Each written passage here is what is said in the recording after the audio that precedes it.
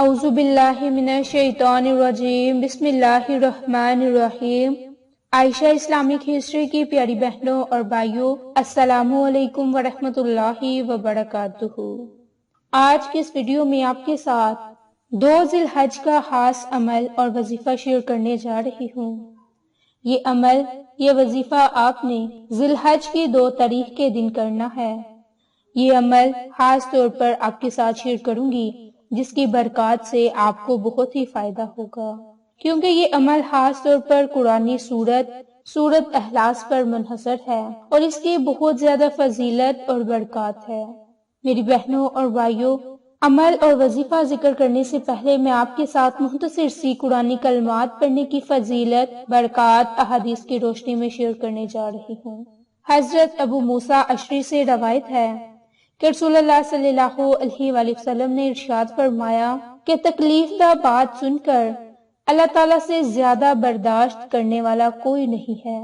مشرکین اس کے لیے بیٹا ثابت کرتے ہیں اور پھر بھی وہ انہیں عافیت دیتا ہے اور روزی عطا کرتا ہے۔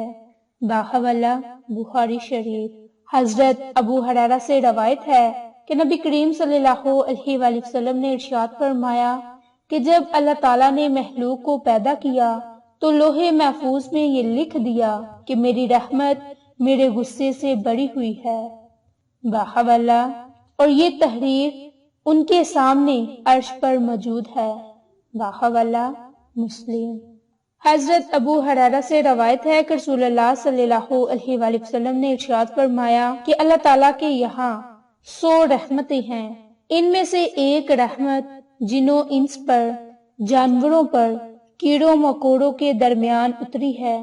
اسی ایک حصے کی وجہ سے وہ ایک دوسرے پر نرمی اور رحم کرتے ہیں۔ اسی کی وجہ سے وحشی جانور اپنے بچے پر شفقت کرتا ہے، اور اللہ تعالیٰ نے 99 رحمتوں کو قیامت کے دن کے لیے رکھا ہے اور ان کے ذریعے اپنے بندوں پر رحم فرمائیں گے۔ ایک اور روایت میں ہے کہ جب قیامت کا دن ہوگا تو اللہ تعالیٰ اپنی ان 99 رحمتوں کو اس دنیاوی رحمت کے ساتھ ملا کر مکمل فرمائیں گے، پھر 100 کی 100 رحمتوں کے ذریعے اپنے بندوں پر رحم فرمائیں گے۔ باحوالہ مسلم۔ حضرت جابر بن عبداللہ فرماتے ہیں کہ کچھ فرشتے نبی پاک صلی اللہ علیہ وآلہ وسلم کے پاس اس وقت آئے جبکہ آپ سو رہے تھے۔ فرشتوں نے آپس میں کہا کہ آپ سوئے ہوئے ہیں۔ ایک فرشتے نے کہا کہ آنکھیں سو رہی ہیں لیکن دل تو جاگ رہا ہے۔ پھر آپس میں کہنے لگے، تمہارے ان ساتھی حضرت محمد صلی اللہ علیہ وآلہ وسلم کے بارے میں ایک مثال ہے، اس کو ان کے سامنے بیان کرو۔ دوسرے فرشتے نے کہا، وہ سو رہے ہیں، لہٰذا بیان کرنے سے کیا فائدہ؟ پھر ایک نے کہا، بے شک آنکھیں سو رہی ہیں لیکن دل تو جاگ رہا ہے۔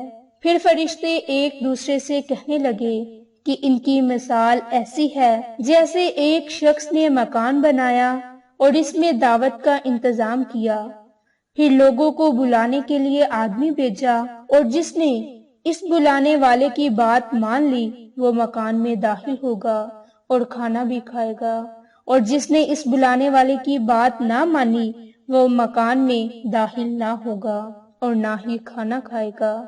یہ سن کر فرشتوں نے آپس میں کہا، اس مثال کی وضاحت کرو تاکہ یہ سمجھ لیں۔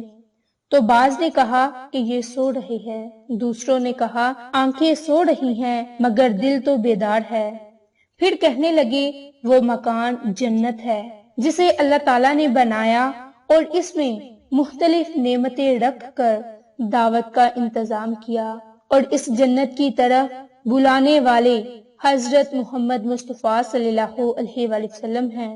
جس نے حضرت محمد صلی اللہ علیہ وآلہ وسلم کی اطاعت کی، اس نے اللہ تعالیٰ کی اطاعت کی، لہٰذا وہ جنت میں داخل ہوگا اور وہاں کی نعمتیں حاصل کرے گا، اور جس نے حضرت محمد مصطفیٰ صلی اللہ علیہ وآلہ وسلم کی نافرمانی کی، اس نے اللہ تعالیٰ کی نافرمانی کی، لہٰذا وہ جنت کی نعمتوں سے محروم رہے گا۔ حضرت محمد صلی اللہ علیہ وآلہ وسلم نے لوگوں کی 2 قسمیں بنا دیں، ماننے والے اور نہ ماننے والے۔ باحوالہ بخاری۔ حضرات انبیاء کرام کی یہ خصوصیت ہے کہ ان کی نیند عام انسانوں کی نیند سے الگ ہے۔ عام انسان نیند کی حالت میں بالکل بے خبر ہوتے ہیں، جبکہ انبیاء نیند کی حالت میں بھی بالکل بے خبر نہیں ہوتے۔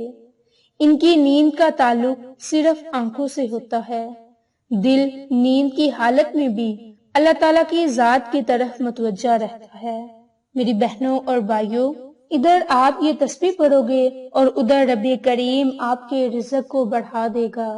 یہ عمل آپ نے جس ترتیب سے، جس طریقہ کار سے کرنا ہے، یہ اب آپ کے ساتھ شیئر کرنے جا رہی ہوں، اور یہ عمل سورۃ اخلاص کا ہے، لیکن آپ نے اس عمل کو نوافل کی شکل میں کرنا ہے، یعنی کہ 4 رکعت نماز نوافل ادا کرنی ہے۔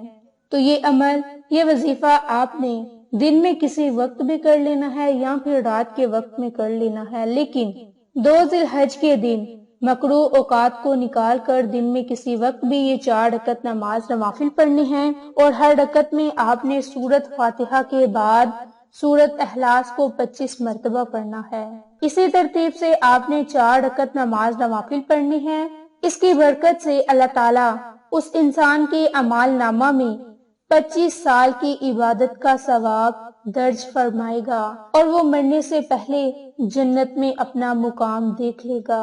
کیونکہ یہ عمل تو خاص طور پر سورۃ اخلاص کا ہے، اس لیے آپ ذی الحجہ کے پہلے عشرے میں خوب نیکیاں کمائیں، سورۃ اخلاص کی تلاوت کریں، رب کریم سے اپنے لیے دعائیں مانگے، اپنے جاننے والوں کے لیے دعائیں مانگے، رزق میں برکت کے لیے دعائیں مانگے، کاروبار میں برکت کے لیے دعائیں مانگے، کیونکہ اس قرآنی کلمات کی بہت زیادہ فضیلت اور برکات ہے۔ سورۃ اخلاص کے متعلق حدیث ہے کہ حضرت ابی بن کعب سے روایت ہے کہ ایک مرتبہ مشرکین نے نبی پاک صلی اللہ علیہ وآلہ وسلم سے کہا کہ اے محمد صلی اللہ علیہ وآلہ وسلم، ہمیں اپنے پروردگار کا نسب تو بتلائیں۔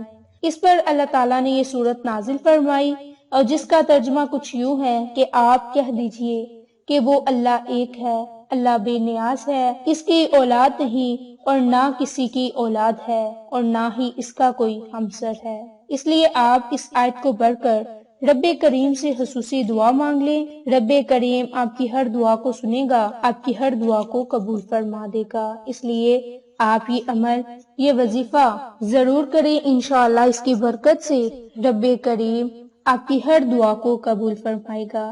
میری بہنوں اور بھائیوں، اسی کے ساتھ آپ نے جب یہ 4 رکعت نماز نوافل پڑھ لینی ہے تو اس کے بعد آپ نے ایک تسبیح یا علی یا عظیم، یا علی یا عظیم، اس طرح آپ نے ایک تسبیح پڑھ کر رب کریم سے خصوصی دعا مانگ لینی ہے، اور یہ دعا خاص طور پر رزق میں برکت کے لیے، کاروبار میں وسعت کے لیے، اور مال و دولت میں اضافے اور خیر و برکت کے لیے کرنی ہے۔ انشاءاللہ رب کریم آپ کی ہر دعا کو سنے گا اور قبول فرمائے گا۔